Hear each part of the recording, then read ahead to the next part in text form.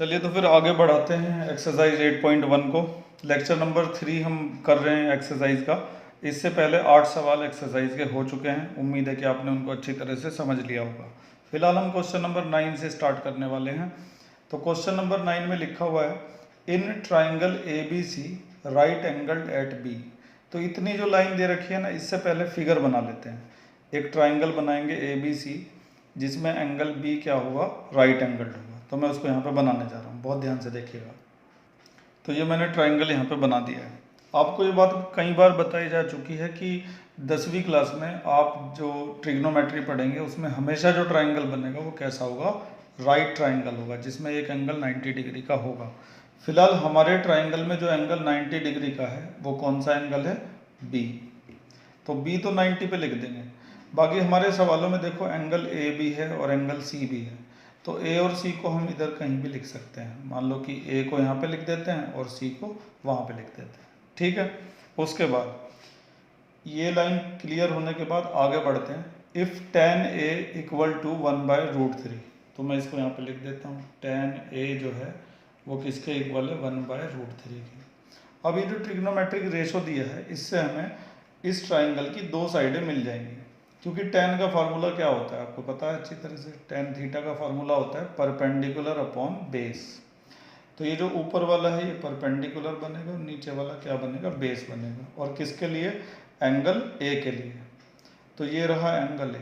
तो angle A का perpendicular कितना है, 1। और एंगल ए का जो बेस है वो यहाँ से कितना मिलेगा, √3। एक चीज़ और है, हम इनके लिए इस तरीके से लिखते हैं कि let A B is equal to √3k and B C is equal to 1k। इस तरीके से हम लिखते हैं। तो यहाँ पे k लगा देता हूँ और इधर भी लगा देता हूँ k। अब हम क्या करेंगे, इन दोनों की मदद से ट्राइंगल की तीसरी साइड को फाइंड करेंगे। क्योंकि अब तक के सवालों में हम ये देख चुके हैं कि सारे ट्रिग्नोमेट्रिक रेशो अगर निकालने हैं तो ट्राइंगल की जो तीनों साइड हैं उनका पता होना बहुत ज़रूरी है। अब मान लो जब हम साइन ए निकालेंगे इस सवाल को सॉल्व करने के लिए, तो हमारे पास फार्मूला होगा परपेंडिकुलर अपॉन हाइपोटेनियस। अब हाइपोटेनियस तो है नहीं हमारे पास, तो इसका मतलब इसको फाइंड करना पड़ेगा पाइथागोरस थ्योरम अप्लाई करके। तो यहाँ पे साइड में मैं पाइथागोरस लगाने जा रहा हूँ, बहुत ध्यान से देखिएगा। तो यहाँ पे मैंने लिख दिया in right triangle A B C hypotenuse का square is equal to perpendicular का स्क्वायर और प्लस बेस का स्क्वायर। ठीक है, समझ गए। इसके बाद वैल्यू पुट करो। बी सी की वैल्यू कितनी है, 1k, या खाली k ही लिख दो 1k को। और ए बी की वैल्यू कितनी है, √3k और उसका स्क्वायर। ठीक है, इसके बाद k का स्क्वायर तो ऐसे ही रहेगा। √3 का स्क्वायर होता है 3 और k का स्क्वायर k स्क्वायर। अब 1k स्क्वायर और 3k स्क्वायर मिलके बन गए 4k स्क्वायर। और ये k लगाना जरूरी होता है। मैंने तुम्हें कई बार बताया कि कुछ लोग इस k को लगाते नहीं हैं, छोड़ देते हैं ऐसे ही, तो वो स्टैंडर्ड सवाल नहीं माना जाता, उसके मार्क्स आपके कट भी सकते हैं। अब आगे बढ़ते हैं। तो जो 4k स्क्वायर वैल्यू निकली है किसके निकली, AC स्क्वायर की। स्क्वायर हटाएंगे तो उधर क्या लग जाएगा, रूट लग जाएगा। तो AC इक्वल टू आएगा √4k स्क्वायर। इसके बाद क्या होगा कि 4 का तो 2 बन जाएगा और k के स्क्वायर से उसका अंडर रूट क्या हो जाएगा, कैंसिल, तो k रह जाएगा। तो AC की वैल्यू कितनी आ गई, 2k आ चुकी है। अब हमारे पास इस राइट ट्राइंगल की तीनों साइडें आ चुकी हैं। अब कोई भी ट्रिग्नोमेट्रिक रेशो आसानी से निकाला जा सकता है। फिलहाल हमारा जो पार्ट फर्स्ट है उसमें हमें निकालना है sign A cos A sign सी। इन सब की वैल्यू निकालनी है और वैल्यू निकाल कर यहाँ पर क्या करनी है, सब्स्टिट्यूट करनी है। तो ध्यान से आप देखिएगा जरा। सबसे पहले हम निकालने जा रहे हैं साइन ए। तो साइन ए का फॉर्मूला क्या होता है, perpendicular upon hypotenuse. Perpendicular upon hypotenuse. A के लिए परपेंडिकुलर क्या है, 1k और हाइपोटेनियस क्या है, 2k। तो वैल्यू कितनी आ गई, 1/2। इसी तरह से कॉस सी की वैल्यू निकली, कॉस सी। कॉस का फॉर्मूला होता है बेस अपॉन हाइपोटेनियस। अब सी के लिए ये तो परपेंडिकुलर है, बेस क्या है 1k और हाइपोटेनियस क्या है 2k। तो k से k कैंसिल, इसकी भी वैल्यू कितनी आ गई 1/2। अब हम किसकी वैल्यू निकालेंगे, कॉस ए की। कॉस का फॉर्मूला फिर से वही बेस अपॉन हाइपोटेनियस, लेकिन इस बार देखो पहले एंगल सी था लेकिन अब एंगल क्या है, ए है। तो अब क्या होगा कि ए के लिए बेस ये बनेगा √3 के। ठीक है, पहले एंगल सी था तो बेस ये था, अब एंगल ए है तो बेस क्या होगा, √3 के। हाइपोटेनस तो फिक्स है 2k, के से के कैंसिल तो वैल्यू हो गई √3/2। इसके अलावा एक और बचा है साइन सी, इसकी भी निकाल देते हैं वैल्यू। साइन का फार्मूला क्या होता है, परपेंडिकुलर अपॉन हाइपोटेनियस। तो सी के लिए परपेंडिकुलर क्या है, √3k, और हाइपोटेनियस क्या है 2k। के से के कैंसिल तो कितनी वैल्यू हो गई, √3/2। ठीक है, तो पार्ट फर्स्ट में जितनी भी चीज़ें हैं, sign A, cos C, cos A, sign सी, सब की वैल्यू हमने यहाँ पे निकाल दी, चारों के चारों की, 1 2 3 4। अब ये चारों वैल्यूज़ हम यहाँ पे पुट करेंगे अगले पेज पर। ये सवाल CBSE 2010 और 11 में आ चुका है, तो इसका मतलब इम्पोर्टेंट सवाल है और आगे भी आ सकता है, इसलिए बड़े ध्यान से इसको देखिएगा। अगर आपको कोई चीज़ समझ में नहीं आती तो मुझे कमेंट्स में ज़रूर लिखा करें या फिर व्हाट्सएप मैसेज भेजा करें, ताकि मैं उसको समझाने के लिए एक और नई वीडियो अपलोड कर सकूँ। आगे बढ़ते हैं। अब ये जो सारी वैल्यूज़ हैं इनको मैं यहाँ पे पुट करने जा रहा हूँ, ध्यान से देखिएगा। तो पार्ट फर्स्ट को मैंने अगले पेज पर लिख दिया है। अब मैं सारी वैल्यूज़ यहाँ पे पुट करने जा रहा हूँ, इनको साइड में लिख देता हूँ। यहाँ पे ये रही सारी वैल्यू। साइन ए की वैल्यू कितनी है, 1/2।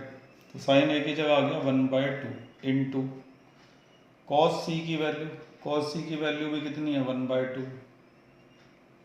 इसके बाद आएगी कॉस ए की वैल्यू कितनी है, √3/2। ठीक है, और इसके बाद क्या है, साइन सी, और साइन सी की वैल्यू कितनी निकाल रखी है हमने, √3/2 इंटू √3/2। सारी वैल्यू पुट करने के बाद अब हम मल्टीप्लाई करते हैं, 1 1 जा 1, 2 2 जा 4। ठीक है, और प्लस √3 की √3 में करेंगे तो 3, 2 2 जा 4। ठीक है, अब इन दोनों का LCM आ जाएगा 4 और ऊपर आ जाएगा 1 + 3। तो ऊपर 4/4 आ गया, तो कैंसिल होके कितना आ गया, 1। तो इस तरीके से पार्ट फर्स्ट हमारा कंप्लीट हो चुका है। अब हम करते हैं पार्ट सेकंड।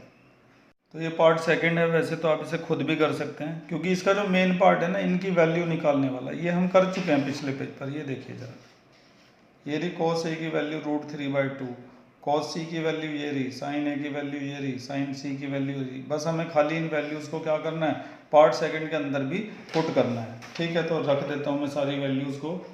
कॉस ए की वैल्यू है √3/2, पिछले पेज पर निकाली। कॉस सी की वैल्यू निकाली थी पिछले पेज पर 1/2। साइन ए की वैल्यू निकाली थी 1/2, और साइन सी की वैल्यू हमने निकाली थी √3/2। ठीक है, इसके बाद इनकी मल्टीप्लाई कर दो। √3 की 1 में करेंगे तो √3, 2 की 2 में करेंगे तो 4, माइनस √3 की 1 में करेंगे तो √3 और 2 की 2 में करेंगे तो 4। अब इससे ये पूरा कैंसिल हो गया तो कितना आ गया, 0 आ गया। तो बड़ी आसानी से ये सवाल हमारा कंप्लीट हो गया। तो एक इम्पॉर्टेंट सवाल था, उम्मीद है कि आप इसको समझ गए होंगे। एक नज़र फिर डालते हैं सवाल पर। सवाल नंबर 9 ये था कि एक राइट ट्राइंगल ABC है जिसमें एंगल B राइट एंगल है, तो वो हमने कर लिया। फिर tan A दे रखा था, tan A की मदद से हमने इस ट्राइंगल की दो साइड निकाल दी, परपेंडिकुलर निकाल दिया और बेस निकाल दिया। इस बात का विशेष ध्यान रखिएगा कि एंगल जहाँ पर होता है, एंगल A था ना, तो A के ठीक सामने वाला परपेंडिकुलर होगा। 1 जो है वो यहाँ पे लिखा जाएगा परपेंडिकुलर। तीनों दो साइड आ गई, तीसरी हमने पाइथागोरस से निकाल दी। अब तीनों साइड आने के बाद यहाँ इस्तेमाल होने वाली किसी भी चीज़ को हम निकाल सकते हैं, तो वो सब हमने निकाल दिए फार्मूले लगा लगा कर। और इनको निकालने के बाद फिर हमने इनकी वैल्यू पुट कर दी और सवाल आसानी से हो गया। उम्मीद है कि समझ में आ गया होगा। समझ में आता है तो लाइक करना बिल्कुल ना भूला करें। आगे बढ़ते हैं। अब ये जो सवाल आपके सामने है, क्वेश्चन नंबर 10, ये सवाल आया था CBSE 2010 में, तो इसका मतलब ये भी इम्पोर्टेंट है, इसको भी ध्यान से समझने की ज़रूरत है, आगे भी आ सकता है। लिखा है कि in triangle PQR right angle at Q। Figure बनाते हैं सबसे पहले। तो ये मैंने यहाँ पे राइट ट्राइंगल बना दिया है, इसका नाम है PQR, और ये राइट एंगल्ड है कहाँ पर, Q पर। ठीक है, तो Q पे आ गया 90 डिग्री। PR और QR का जो सम है वो दे रखा है 25, तो इसको लिख देते हैं। PR का और QR का जो सम है वो 25 सेंटीमीटर दे रखा है। अच्छा, Q तो यहाँ पे हमने बना दिया, बाकी बचे पी और आर, वो आप अपनी मर्जी से कहीं भी लिख सकते हैं। यहाँ पे पी लिख दो और वहाँ पे आर लिख दो। जब तुम खुद प्रैक्टिस करोगे तो वहाँ पे पी लिखना और यहाँ पे आर लिखना, बदल के करना सवाल को, तभी अच्छा प्रैक्टिस होती है। चलो खैर, ये हो गया। इसके बाद पी क्यू की लंबाई कितनी है? 5 सेंटीमीटर। तो ये पी क्यू है, इसकी लंबाई हो गई 5 सेंटीमीटर। चलो ठीक है, सेंटीमीटर दे रखा है लगा हुआ इस बार। तो इस बार यहाँ पे के मत लगा देना, जैसे पिछले सवालों में हमने के लगाया था ना, यहाँ पे के लगाने की कोई ज़रूरत नहीं है क्योंकि यूनिट दी हुई है। Determine the values of sine P. अब हमें मान लो साइन पी की वैल्यू निकालनी है, तो उसके लिए हमें क्या ज़रूरत पड़ेगी? परपेंडिकुलर और हाइपोटेनियस। तो इस सवाल में क्या है ना कि परपेंडिकुलर और हाइपोटेनियस निकालने के लिए हमें इस ट्राइंगल की तीनों साइडों की ज़रूरत पड़ेगी, लेकिन अभी हमारे पास सिर्फ एक ही साइड है, ठीक है। बाकी की दो साइड हमें पता नहीं है। अगर इनमें से एक भी साइड पता लग जाती है, मान लो ये वाली पता लग जाए, तो फिर तो पाइथागोरस लगा के हम इस वाली को भी निकाल सकते हैं। इसको निकालने के लिए हमें ये सम दे रखा है, देखो पी आर और क्यू आर का सम है 25।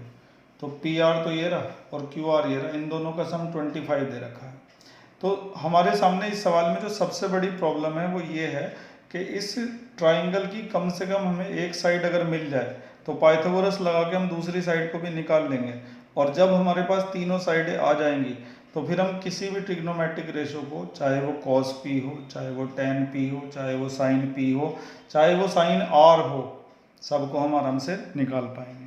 मेन चीज़ क्या है? हमारे पास तीनों साइडें होनी चाहिए, लेकिन इस सवाल में सिर्फ एक ही साइड हमारे पास है, तो बाकी साइडों को निकालने के लिए हम इसकी हेल्प लेंगे। फिलहाल मैं ये वाली जो साइड है ना, या फिर ये वाली, इसको मैं मान लेता हूँ x, ठीक है। और ये मैंने यहाँ पे लिख भी दिया कि let P R is equal to x. अब अगर पी आर एक्स हो जाएगा और उसको हम यहाँ पे पुट करेंगे, जब लिखेंगे नाउ पी आर की जगह x लिख दिया और Q R is equal to 25, फिर x उधर जाके माइनस हो जाएगा, तो क्यू आर की वैल्यू आ जाएगी 25 माइनस एक्स। तो पी आर वाली जो साइड है वो कितनी है? x है। और जो क्यू आर वाली साइड है वो कितनी है? 25 माइनस एक्स। ये वाली साइड है 25 माइनस एक्स। अब दोनों x की टर्म्स में आ चुकी हैं। अब हम क्या करते हैं ना, इस ट्राइंगल के अंदर पाइथागोरस लगाते हैं और शायद उससे उम्मीद है कि हमारी बाकी बची हुई साइडें निकल जाए, ठीक है। तो मैं पाइथागोरस लगाने जा रहा हूँ, ध्यान से देखिएगा। In right triangle P Q R लगाते हैं पाइथागोरस थ्योरम। तो हाइपोटेनियस का स्क्वायर पी आर का square is equal to perpendicular का स्क्वायर और प्लस बेस का स्क्वायर, ठीक है। अब वैल्यू पुट करो, पी आर की जगह क्या लिखोगे? x। क्यू आर की जगह क्या लिखोगे? 25 माइनस एक्स का स्क्वायर। और पी क्यू की जगह क्या लिखोगे? 5 का स्क्वायर। बड़े ध्यान से देखते रहो ना, इंपॉर्टेंट क्वेश्चन है। x का स्क्वायर ऐसे ही रहा, इसमें लगा देंगे a माइनस बी का होल स्क्वायर, तो a square plus B square minus 2a और b। यही होता है ना फॉर्मूला, a माइनस बी के होल स्क्वायर का क्या फॉर्मूला होता है? a square plus B square minus 2ab। इसको थोड़ा सा ना सही से कर देता हूँ यहाँ पे, कभी कोई बच्चा इसे x समझ ले, ये ब्रैकेट है, ये x नहीं है। और 5 का स्क्वायर क्या है? 25। क्लियर? इसके बाद आगे बढ़ाते हैं, इस कैलकुलेशन को यहीं पे कर लेते हैं ताकि यहीं पे सारा एडजस्ट हो जाए। तो x का स्क्वायर तो ऐसे ही रहेगा, इज इक्वल टू 25 का स्क्वायर होता है 625 और ये वाला x स्क्वायर 25 टू जा, नीचे देखो यहाँ पे 25 टू जा कितना होता है? 50x, ठीक है। और सबसे आखिर में क्या है? 25। क्लियर?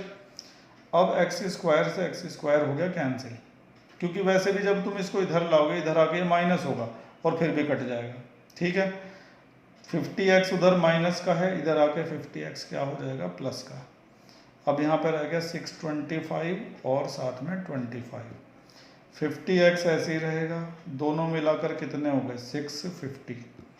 भाई 625 और 25 685 तो होंगे। अब ये 50 नीचे डिवाइड में चला जाएगा, 650 अपॉन 50, 0 से 0 कट गया और 5 से कट गया 13 बार। x की वैल्यू आ चुकी है। x की वैल्यू आ गई तो समझो ये भी आ गया और ये भी आ गया। यहाँ पे जब x की वैल्यू रखेंगे ना 13, तो 25 में से 13 माइनस होके हमें क्यू आर की वैल्यू भी मिल जाएगी। तो उसे भी निकाल देते हैं, थोड़ा सा ऊपर करते हैं बस। तो हमारे पास पी आर की लेंथ तो आई गई है, पी आर जो है वो एक्स है और एक्स कितना हुआ 13 सेंटीमीटर। और क्यू आर जो है, क्यू आर कितना है 25 माइनस एक्स, यानी कि नीचे ध्यान से देखो 25 माइनस 13 कितना बचा 12 बचा। तो ये 13 सेंटीमीटर का हो गया और ये कितने सेंटीमीटर का हो गया 12 सेंटीमीटर।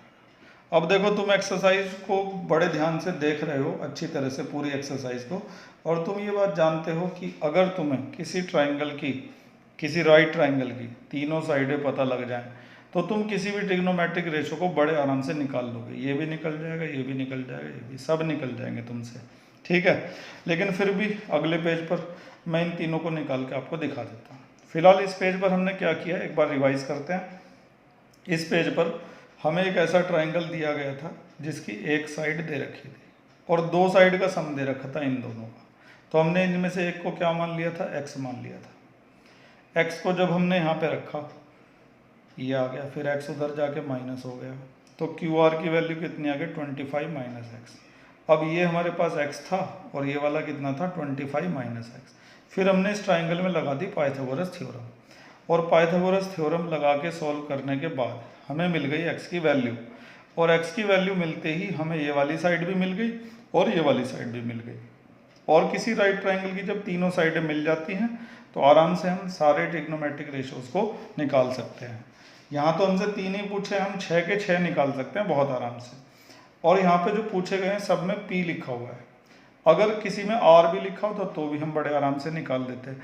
तो अगले पेज पर 1-2 R वाले भी हम निकाल के देखेंगे। तो चलते हैं अगले पेज पर। तो उस ट्राइंगल को मैंने अगले पेज पर बना दिया है और जिन जिन की वैल्यू हमें निकालनी है उन सबको भी मैंने लिख दिया है। एक बार फिर से मैं आपको दिखा देता हूँ। ये देखिए, हमें वैल्यू निकालनी है साइन P, cos P और tan P की।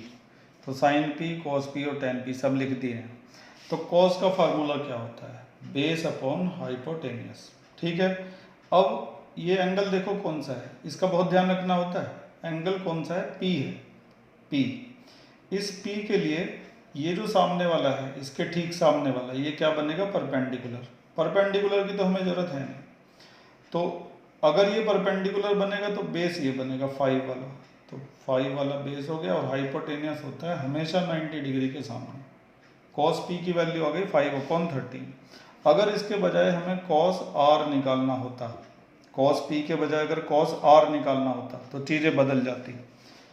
R ये है, ठीक है, तो R के लिए ये परपेंडिकुलर है और ये बेस है। cos का फार्मूला होता है बेस अपॉन हाइपोटेनियस, तो बेस कितना हो जाता है 12 और हाइपोटेनियस तो फिक्स रहता है 90 के सामने होता है हमेशा 13। ये दोनों बदलते रहते हैं, ये डिपेंड करता है हमारे एंगल पर कि हम एंगल कौन सा ले रहे हैं। तो जो एंगल है उसके ठीक सामने वाला परपेंडिकुलर होता है और उसके बराबर वाला बेस होता है। अब बारी आती है साइन P की। साइन का फार्मूला क्या होता है, perpendicular upon hypotenuse. Angle P के लिए ये परपेंडिकुलर है और वो हाइपोटेनियस है, ठीक है। tan P का फार्मूला क्या होता है, परपेंडिकुलर अपॉन बेस, ठीक है। P के लिए ये परपेंडिकुलर है और ये बेस है। और मान लो हमें निकालना होता tan R, तो क्या होता, तो फार्मूला तो सेम लगता, परपेंडिकुलर अपॉन बेस, लेकिन R के लिए परपेंडिकुलर और बेस बदल जाते हैं। R के लिए ये परपेंडिकुलर होता और ये बेस होता 12, ठीक है। तो हमने यहाँ पे देख लिया है कि tan P की वैल्यू तो 12/15 आई, सॉरी 12/5, लेकिन अगर tan R की वैल्यू निकालते तो वो आती 5/12। इसी तरीके से कोई और ट्रिग्नोमेट्रिक रेशो पूछा जाता तो उसे भी हम बड़े आराम से निकाल देते हैं। मान लो हमसे पूछा जाता कि कोसेक P निकालो, कोसेक P। तो अगर हमने साइन P निकाल रखा है तो हम अच्छी तरह से जानते हैं कि कोसेक जो होता है वो साइन का रेसिप्रोकल होता है। तो अगर साइन की वैल्यू 12/13 है तो कोसेक की वैल्यू 13/12 हो जाएगी। बस इस बात का ध्यान रखना कि यहाँ P है तो वहाँ पे भी P होगा, तभी डायरेक्ट कर सकते हो। अगर कोसेक R होता तो फिर ये आंसर नहीं होता। कोसेक R का आंसर देखो क्या होता, कोसेक R। तो कोसेक का फार्मूला क्या होता है, अगर साइन का फार्मूला परपेंडिकुलर अपॉन हाइपोटेनियस है तो कोसेक का फार्मूला होता है हाइपोटेनियस अपॉन परपेंडिकुलर। हाइपोटेनियस है 13 और एंगल R के लिए, एंगल R के लिए परपेंडिकुलर कौन है 5, ठीक है, तो कोसेक पी की वैल्यू अलग है, कोसेक आर की वैल्यू अलग है। इस सवाल में हमें केवल इधर वाले 3 की वैल्यू निकालनी थी, लेकिन आपको अच्छी तरह से समझाने के लिए मैंने इधर भी कुछ वैल्यूज़ निकाल के दिखा दी हैं। तो ये एक इम्पॉर्टेंट सवाल था जो 2010 में CBSE में पूछा गया था। उम्मीद है कि ये सवाल आपको अच्छी तरह से समझ में आ गया होगा। बढ़ते हैं आगे। चलिए घर, इसके बाद क्वेश्चन नंबर 11 आ गया है। ये सवाल है ट्रू फॉल्स के बारे में, और इससे भी हमें बहुत सारी नई जानकारी मिलेगी। ठीक है, इसलिए इसको भी ध्यान से देखने की ज़रूरत है। ऐसा नहीं कि रट के बैठ जाओ बस ट्रू फॉल्स, वो छोटे बच्चे करते हैं 5वीं क्लास के, तुम 10th में हो। तो लिखा है कि state whether the following statements are true और false, justify your answer. True false तो बताना ही बताना है, साथ ही साथ अपने आंसर को जस्टिफाई भी करना है। तो पहला वाला है कि the value of tan a is always less than 1। tan a की जो वैल्यू होती है वो हमेशा 1 से कम होती है। तो ये पूरी तरह से गलत है। क्यों गलत है? क्योंकि tan a की जो वैल्यू होती है ना, वो माइनस के इनफाइनाइट से लेकर होती है प्लस के इनफाइनाइट तक। इसकी डिटेल तो वैसे आपको 11th क्लास में पता चलेगी, लेकिन फिलहाल ये छोटी सी बात जान लो कि tan a की वैल्यू माइनस के इनफाइनाइट से प्लस के इनफाइनाइट तक हो सकती है। यानी कि कितनी भी बड़ी वैल्यू tan a की हो सकती है और कितनी भी छोटी वैल्यू tan a की हो सकती है, क्योंकि माइनस इनफाइनाइट से लेकर प्लस इनफाइनाइट तक बड़े छोटे हर तरह के नंबर आ जाते हैं। लेकिन इसमें क्या लिखा है कि tan a की वैल्यू ऑलवेज लेस देन 1 होती है, हमेशा 1 से कम होती है। ये गलत कह रहा है पूरी तरह से। कई बार 1 से ज़्यादा भी हो सकती है। इनफाइनाइट से छोटे नंबर तो बहुत होते हैं, 1 लाख भी होता है, 10 लाख भी होता है, 1 करोड़ भी होता है। तो क्योंकि tan a की वैल्यू माइनस इन्फिनिटी से लेकर प्लस इन्फिनिटी तक हो सकती है, इसलिए वो 1 से बड़ी भी हो सकती है, छोटी भी हो सकती है। लेकिन इसमें लिखा है कि ऑलवेज लेस देन 1, इसलिए ये क्या है? गलत है। तो मैं यहाँ पे एक्सप्लेन कर देता हूँ।